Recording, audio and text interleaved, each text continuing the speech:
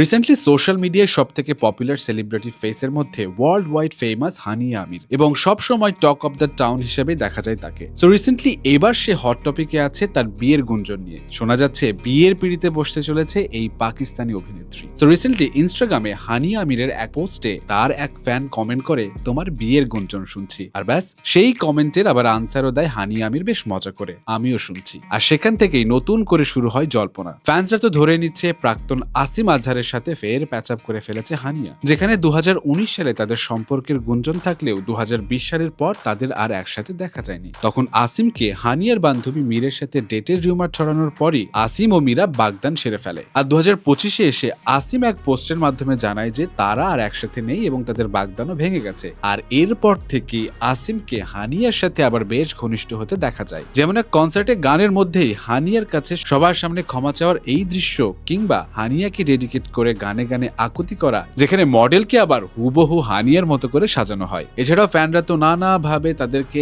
এক এক জায়গায় খুঁজে পাচ্ছে, আর এসবই ভক্তদের সন্দেহকে আবার নতুন করে খোঁচা দিচ্ছে। তবে রিসেন্টলি ভাইরাল হওয়ার সেই চেইনের ছবি কিন্তু ফ্যানদের মনে লাড্ডু ফুটাচ্ছে, কারণ হানিয়া ও আসিমের জুটি দর্শকদের কাছে এখনো অনেক বেশি জনপ্রিয়।